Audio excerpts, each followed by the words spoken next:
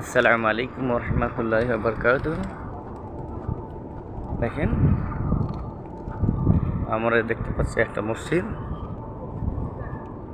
এটা মসজিদ আবু বকর আল সিদ্দিক।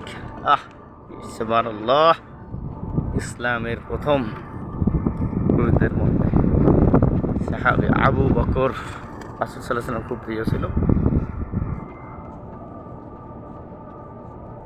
ওনার বাড়ি এটা ছিল, এখানে বসবাস করতেন মদিনায়। ওনার নামে মসজিদটা নির্মাণ করে রেখেছেন। দেখেন, হযরত আবু বকর রাদিয়াল্লাহু আনহু। আমরা এখানে নামাজ পড়বো, আমরা নামাজ পড়ার জন্য যাচ্ছি। আমাদের সাথে যে আলহাজ হাজি মোহাম্মদ নিয়ম আছে, আর পাশাপাশি আলহাজ হাজি মোহাম্মদ আব্দুর রাজ্জাক ভাই আছে।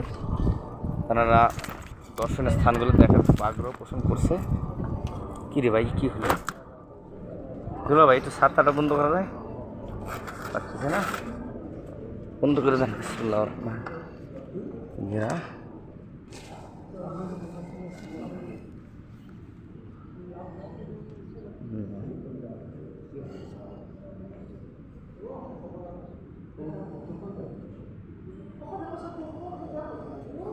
সুন্দর মসজিদ।